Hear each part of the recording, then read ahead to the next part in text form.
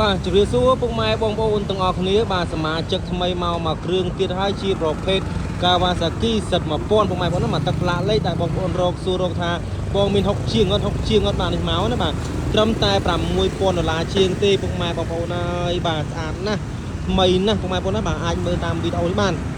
បាទដៃជើងអីប្រអប់ដៃគឺនៅស្អាតទាំងអស់តែម្ដងបាទនេះប្រសិនបាទសម្ងលេខឲ្យម្ដងណាគឺជាសម្ងអាក្រាបាទនេះបាទប្លុកសិនខ្ចីពុកម៉ែបងប្អូនអើយបាទមកទឹកមែនប៉ុន្តែខ្ចីណាស់បាទដូចក្រាស់ពុនអញ្ចឹងបងប្អូនដែលឆ្លាញ់ទៅ60ជាងឥឡូវមានបងប្អូនណាបាទអបដៃនៅស្អាតបាទសោមកគ្របសោស៊ីនណាបាទសម្ងលៀសមកដើម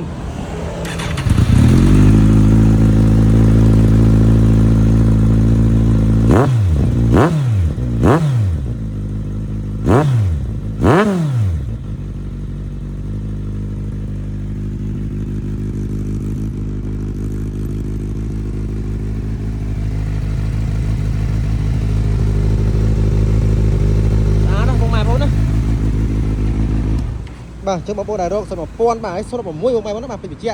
016បាទ Kawasaki សិត1000 016មកទឹកផ្លាកលេខ60ជាងបងប្អូនណាបាទចឹងព័ត៌មានបន្ថែមសូមឆានមកបាទមកមុនបានមុនបងប្អូនណាបាទអរគុណច្រើន